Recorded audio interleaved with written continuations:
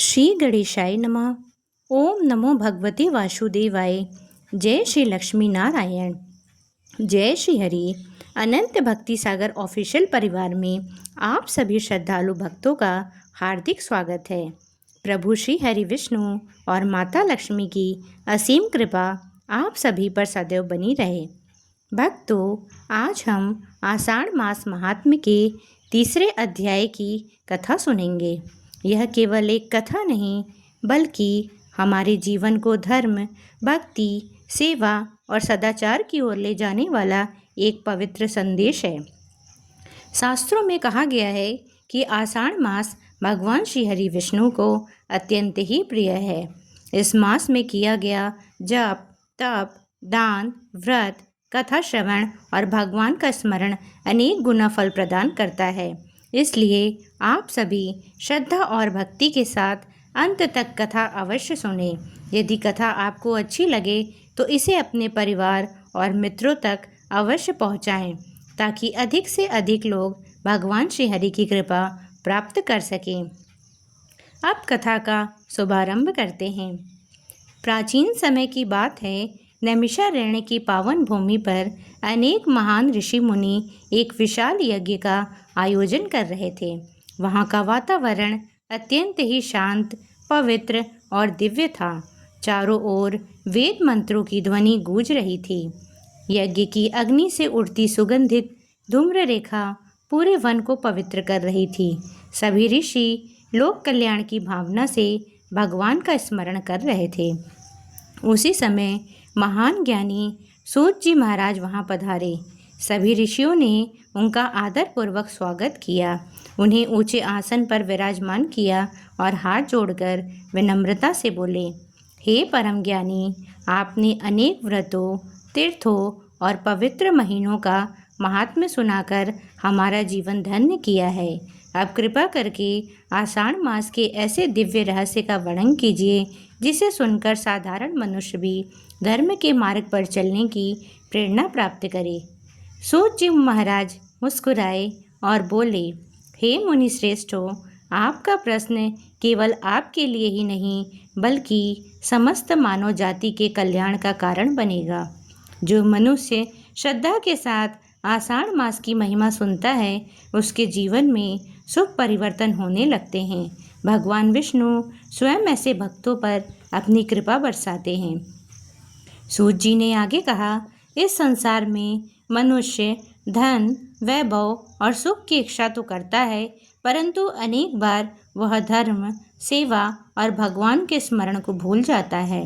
जब मनुष्य केवल अपने स्वार्थ में डूब जाता है, तब उसके जीवन से शांति धीरे धीरे समाप्त होने लगती है।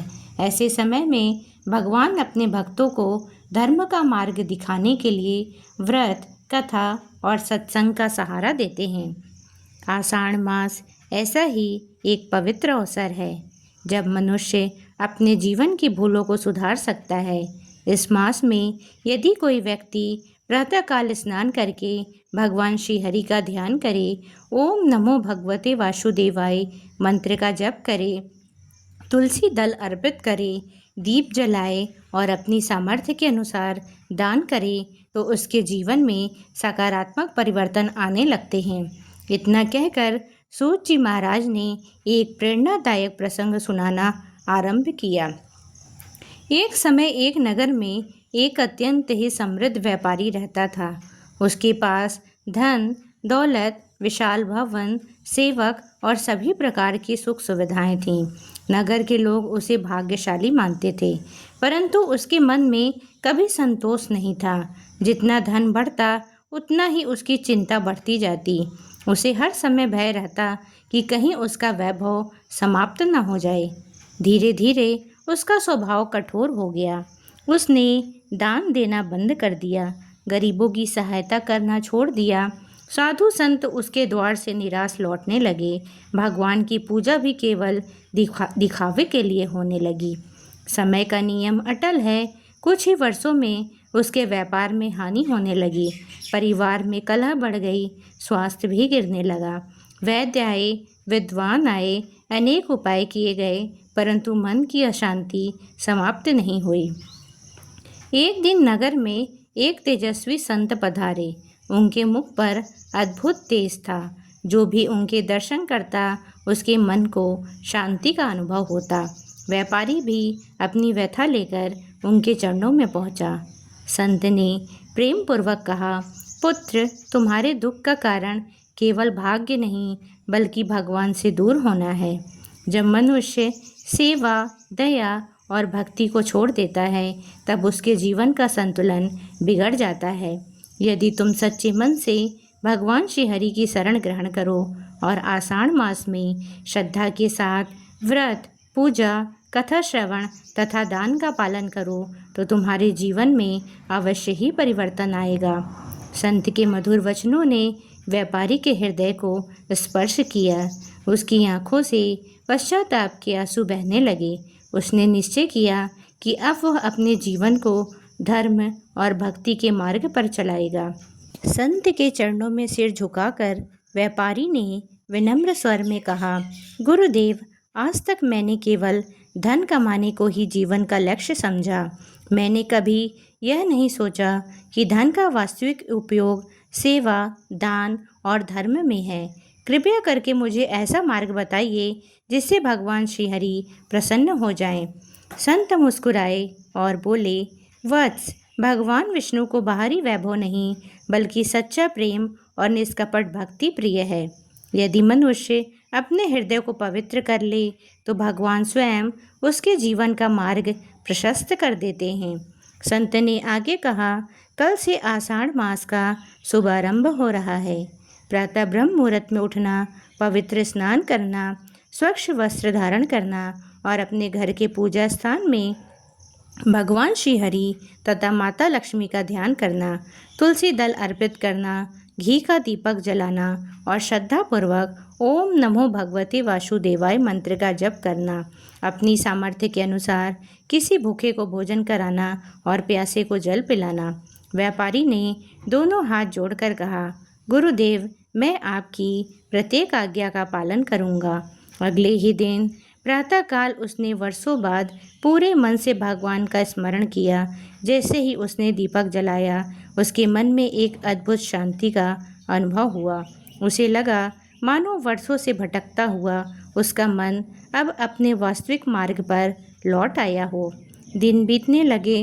वह प्रतिदिन भगवान का नाम जपता, मंदिर जाता, निर्धनों की सहायता करता और मधुर वाणी बोलने का प्रयास करता।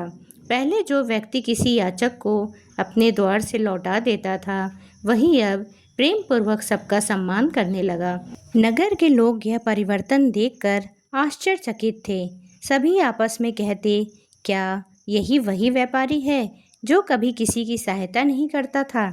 इसके स्वभाव में इतना बड़ा परिवर्तन कैसे आ गया? कुछ लोग उसकी प्रशंसा करते तो कुछ लोग उसका उपहास भी उड़ाते, लेकिन व्यापारी अब किसी की बात का बुरा नहीं मानता था।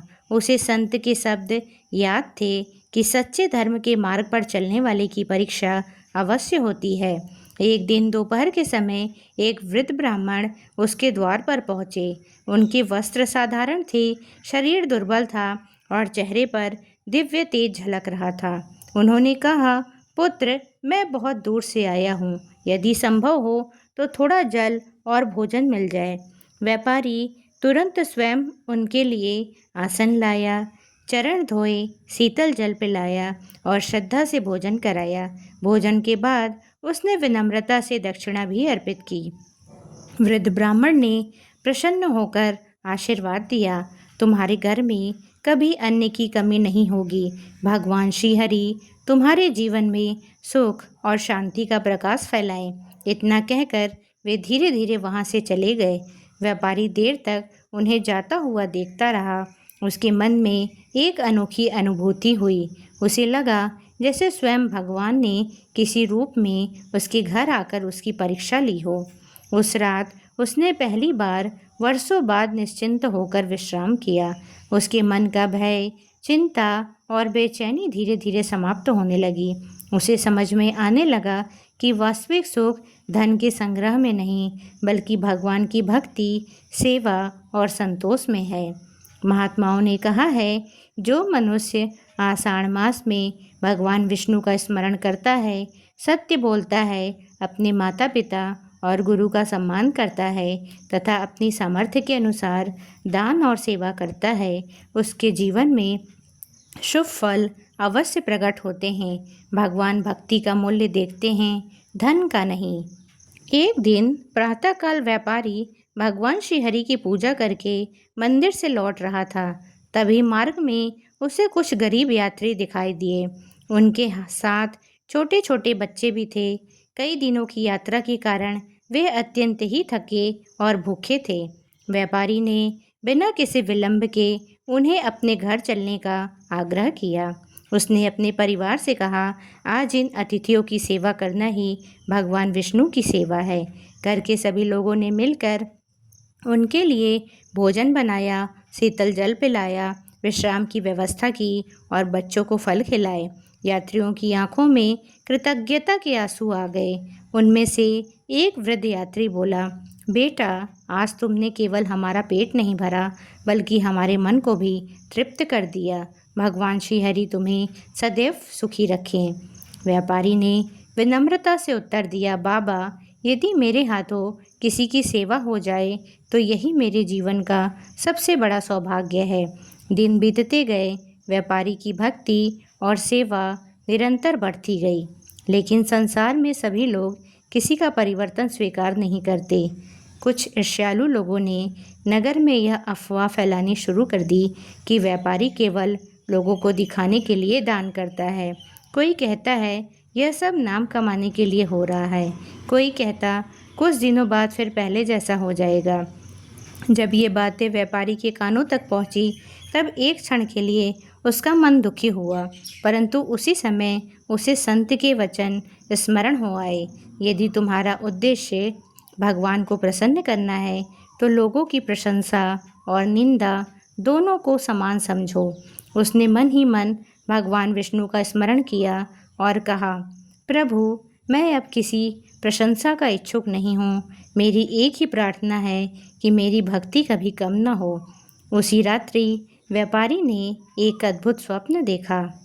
स्वप्न में उसने एक विशाल कमल देखा जिसके ऊपर दिव्य प्रकाश फैल रहा था। चारों ओर शंख, चक्र, गदा और पद्म के तेजस्वी चिन्ह दिखाई दे रहे थे।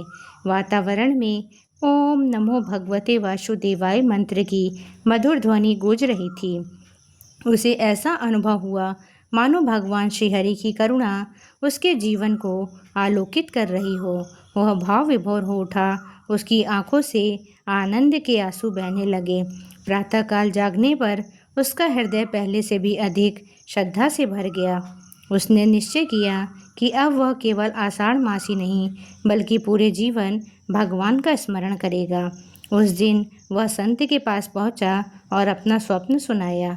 संत ने प्रसन्न होकर कहा, वत्स, भगवान अपने भक्तों को अनेक प्रकार से प्रेरणा देते हैं। जब मनुष्य निष्काम भाव से सेवा करता है, अहंकार छोड़ देता है, हर प्राणी में भगवान का अंश देखने लगता है, तब उसके जीवन में दिव्य कृपा का अनुभव होने लगता है। फिर संत ने एक अत्यंत ही सुंदर उपदेश दिया, याद रखो, केवल मंदिर में दीप जलाना ही भक्ति नहीं है। किसी दुखी के चेहरे पर मुस्कान लाना भी भक्ति है। किसी प्यासे को जल देना भी भक्ति है। किसी भूखे को भोजन कराना भी भक्ति है। मधुर वचन बोलना भी भक्ति है। माता पिता की सेवा करना भी भक्ति है। और सबसे बढ़कर हर परिस्थिति में भगवान पर विश्वास बनाए रखना ही सच्ची भक्ति है। व्यापारी ने संत के चरणों में प्रणाम किया और कहा, गुरुदेव, आज मुझे समझ में आ गया कि भगवान को पाने का मार्ग केवल पूजा नहीं बल्कि दया, सेवा, सत्य और प्रेम से होकर जाता है। संत ने उसे आशीर्वाद देते हुए कहा, वत्स, जो मनुष्य आषाढ़ मास में भगवान विष्णु का नाम लेकर किसी एक भी प्राणी का कल्याण करता है, उसके जीवन में पुण्य का ऐसा प्रकाश फैलता है जो अनेक जन्मों तक उसका मार्ग प्रशस्त करता है। प्रिय भक्तों, यही कारण है कि हमारे ऋषि मुनियों ने आषाढ़ मास में जप, तप, दान, सेवा, सत्संग और भगवान के नाम स्मरण का विशेष महत्व बताया है। इस पवित्र मास में किया गया छोटा सा सत्कर्म भी भगवान की कृपा का कारण बन जाता है। कुछ दिनों बाद आषाढ़ मास के मध्य का समय आया। एक रात नगर में भयंकर वर्षा होने लगी। आकाश में काले बादल गरज रहे थे। बिजली की चमक से पूरा वातावरण आलोकित हो रहा था। नदियाँ उफान पर थीं और मार्गों पर जल भर गया था। लोग अपने अपने घरों में सुरक्षित बैठे थे। कोई भी बाहर निकलने का साहस नहीं कर रहा था। उसी समय व्यापारी अपने घर में भगवान श्री हरि के समक्ष दीपक जलाकर विष्णु सहस्त्र नाम का स्मरण कर रहा था। तभी उसके द्वार पर किसी ने धीरे धीरे दस्तक दी। व्यापारी ने द्वार खोला तो सामने एक वृद्ध दंपत्ति खड़े थे। दोनों पूरी तरह वर्षा में भीगे हुए थे। उनके हाथ कांप रहे थे। उनके साथ एक छोटा बालक भी था जो ठंड से कांप रहा था। वृद्ध ने विनम्र स्वर में कहा, बेटा, हम कई दिनों से यात्रा कर रहे हैं। वर्षा के कारण कहीं आश्रय नहीं मिला। यदि आज की रात हमें थोड़ी सी जगह मिल जाए तो भगवान तुम्हारा कल्याण करेंगे। व्यापारी ने बिना एक क्षण भी सोचे उन्हें भीतर बुला लिया। उसने अपने सेवकों से कहा, इनके लिए सूखे वस्त्र लाओ, अग्नि जलाओ और शीघ्र गर्म भोजन तैयार करो। उसकी पत्नी ने भी बड़े प्रेम से अतिथियों की सेवा की। बालक को गर्म दूध दिया। वृद्ध दंपत्ति को भोजन कराया और विश्राम के लिए स्वच्छ स्थान दिया गया। वृद्ध दंपत्ति बार बार भगवान का नाम लेकर व्यापारी को आशीर्वाद देते रहे। अगली सुबह जब व्यापारी उनके लिए भोजन लेकर पहुंचा तो वह आश्चर्यचकित रह गया। कमरा पूरी तरह खाली था। न वृद्ध थे, न वृद्धा और न वो बालक। केवल भगवान विष्णु का एक सुंदर शंख, एक ताज़ा तुलसी दल वहाँ रखा हुआ था। पूरे कक्ष में दिव्य सुगंध फैली हुई थी। व्यापारी की आंखें आश्चर्य से भर गई। उसने तुरंत उस शंख और तुलसी दल को अपने मस्तक से लगाया। उसी समय उसे संत के शब्द स्मरण हो आए, भगवान अपने भक्त की परीक्षा लेने के लिए किसी भी रूप में आ सकते हैं। व्यापारी की आंखों से प्रेमाश्रु बहने लगे। वह तुरंत संत के आश्रम पहुंचा और पूरी घटना सुनाई। संत ने शांत स्वर में कहा, वत्स, यह कोई साधारण घटना नहीं थी। भगवान श्रीहरि अपने भक्त की करुणा, सेवा और विनम्रता की परीक्षा लेने आए थे। तुम परीक्षा में सफल हुए हो। व्यापारी ने हाथ जोड़कर कहा, गुरुदेव, यदि वास्तव में भगवान मेरे घर आए थे तो मैं कितना भाग्यशाली हूँ। संत बोले, याद रखो, भगवान केवल मंदिरों में ही नहीं मिलते। वे भूखे के रूप में भोजन मांगते हैं, प्यासे के रूप में जल मांगते हैं, असहाय के रूप में सहारा मांगते हैं। जो प्रत्येक प्राणी में भगवान का स्वरूप देखता है वही सच्चा भक्त कहलाता है। संत के वचन व्यापारी के हृदय में उतर गए। उस दिन से उसने एक नया नियम बना लिया। प्रतिदिन अपने भोजन से पहले वह किसी एक ज़रूरतमंद व्यक्ति को भोजन अवश्य कराता। प्रत्येक एकादशी को अन्न, वस्त्र और जल का दान करता। प्रत्येक संध्या भगवान विष्णु के समक्ष दीपक जलाकर समस्त संसार के कल्याण की प्रार्थना करता। धीरे धीरे उसके जीवन में अद्भुत परिवर्तन आने लगे। जिस व्यापार में निरंतर हानि हो रही थी वहाँ फिर से उन्नति होने लगी। परिवार में प्रेम बढ़ गया। घर का वातावरण भक्ति और आनंद से भर गया।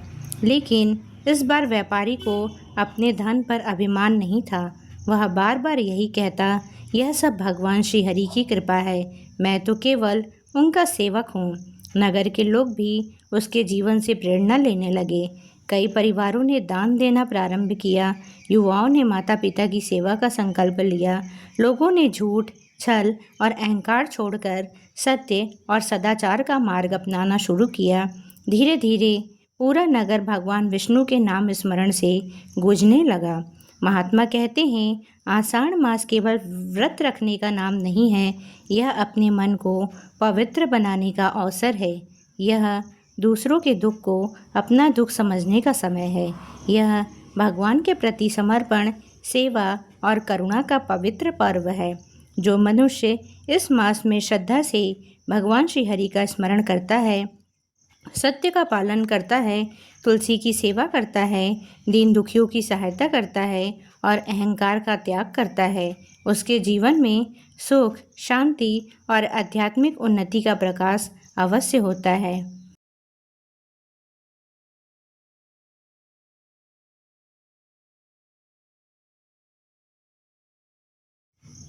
समय बीतता गया। आषाढ़ मास अपने अंतिम दिनों की ओर बढ़ने लगा।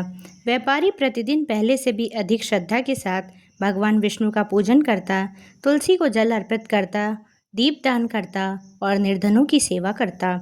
एक दिन प्रातःकाल वह मंदिर में बैठा भगवान का ध्यान कर रहा था। उसकी आंखें बंद थीं और मुख से केवल एक ही मंत्र निकल रहा था, ओम नमो भगवते वासुदेवाय। उसका मन इतना शांत हो चुका था कि उसे संसार की किसी वस्तु की इच्छा नहीं रही। उसी समय मंदिर के गर्भगृह में एक अद्भुत प्रकाश प्रकट हुआ। पूरा मंदिर दिव्य आभा से भर गया। घंटियों की मधुर ध्वनि स्वयं गूंजने लगी। वातावरण में ऐसी सुगंध फैल गई जैसे पहले किसी ने अनुभव नहीं की थी। व्यापारी ने धीरे धीरे अपनी आंखें खोली। उसे ऐसा प्रतीत हुआ मानो भगवान श्री हरि की दिव्य कृपा उसके ऊपर बरस रही हो। उसका हृदय भक्ति से भर गया। वह भूमि पर दंडवत प्रणाम करके बोला, प्रभु, मैंने जीवन भर अनेक भूलें की हैं। अहंकार किया, दान से मुंह मोड़ा, दूसरों के दुख को नहीं समझा। यदि आपकी कृपा और संत का मार्गदर्शन न मिलता तो मेरा जीवन व्यर्थ चला जाता। उसी क्षण उसके अंतःकरण में एक दिव्य प्रेरणा जागी। वत्स, जिसने अपनी भूल स्वीकार कर ली और धर्म के मार्ग पर चल पड़ा, वही वास्तव में मेरा प्रिय भक्त है। व्यापारी की आंखों से प्रेम और कृतज्ञता के आंसू बहने लगे। उसने उसी दिन एक संकल्प लिया, अब मेरा धन केवल मेरे लिए नहीं रहेगा, इससे गौ सेवा होगी, भूखों को भोजन मिलेगा, प्यासों को जल मिलेगा, विद्यार्थियों को सहायता मिलेगी और भगवान के मंदिरों में दीप जलेंगे। धीरे धीरे उसके इस संकल्प का प्रभाव पूरे नगर पर दिखाई देने लगा। नगर में किसी भूखे को भोजन के बिना नहीं रहना पड़ता था। यात्रियों के लिए जल की व्यवस्था होने लगी। गरीब कन्याओं के विवाह में लोग आने लगे। बीमारों की सेवा के लिए दवाइयों की व्यवस्था की जाने लगी। हर एकादशी और प्रत्येक आषाढ़ मास में नगर के लोग मिलकर भगवान विष्णु का भजन, कीर्तन और कथा श्रवण करने लगे। कुछ वर्षों बाद वही नगर दूर दूर तक धर्म, सेवा और भक्ति की नगरी के नाम से प्रसिद्ध हो गया। एक दिन वही संत पुनः उस नगर में आए। उन्होंने व्यापारी को देखा और प्रसन्न होकर कहा, वत्स, अब तुम्हारे चेहरे पर वही शांति है जिसकी खोज में लोग जीवन भर भटकते हैं। व्यापारी ने विनम्रता से उत्तर दिया, गुरुदेव, यह सब आपकी कृपा और भगवान श्री हरि की दया का फल है। अब मुझे समझ में आ गया है कि संसार का सबसे बड़ा धन भगवान का नाम है और सबसे बड़ा पुण्य किसी पीड़ित के आंसू पोंछना है। संत ने प्रसन्न होकर आशीर्वाद दिया, भगवान श्री हरि तुम्हारे इस भाव को सदैव बनाए रखें। जो व्यक्ति बिना किसी स्वार्थ के सेवा करता है उसका कल्याण इस लोक में भी होता है और परलोक में भी होता है। भक्तों, यह कथा हमें 5 महान शिक्षाएं देती हैं। पहला, कि धर्म से बड़ा धर्म है। दूसरी शिक्षा यह कि भगवान को प्रसन्न करने का सबसे सरल मार्ग सेवा, दया और विनम्रता है। तीसरी शिक्षा यह है कि आषाढ़ मास में किया गया जप, तप, दान और भगवान विष्णु का स्मरण अत्यंत ही शुभ माना गया है। चौथी शिक्षा, हर प्राणी में भगवान का अंश है, इसलिए किसी का अपमान नहीं करना चाहिए। सच्ची भक्ति वही है जो हमारे व्यवहार में दिखाई दे। जो श्रद्धालु इस कथा को श्रद्धा और विश्वास के साथ सुनता है, भगवान श्री हरि का नाम स्मरण करता है, अपनी सामर्थ्य के अनुसार दान, सेवा और सदाचार का पालन करता है, उसके जीवन में सुख, शांति और संतोष का वास होता है। उसके घर में मंगल बना रहता है, परिवार में प्रेम बढ़ता है, मन से भय और निराशा दूर होती है तथा भगवान की कृपा से धर्म के मार्ग पर चलने की प्रेरणा मिलती है। अब आप सभी श्रद्धालु भक्त भगवान श्री हरि से यही प्रार्थना करें कि हे लक्ष्मीपति श्री हरि, हमें ऐसा जीवन दीजिए जिसमें अहंकार न हो, सेवा का भाव हो, सत्य का पालन हो और आपके श्री चरणों में अटूट भक्ति बनी रहे। हमारे परिवार पर अपनी कृपा बनाए रखें और समस्त संसार का कल्याण करें।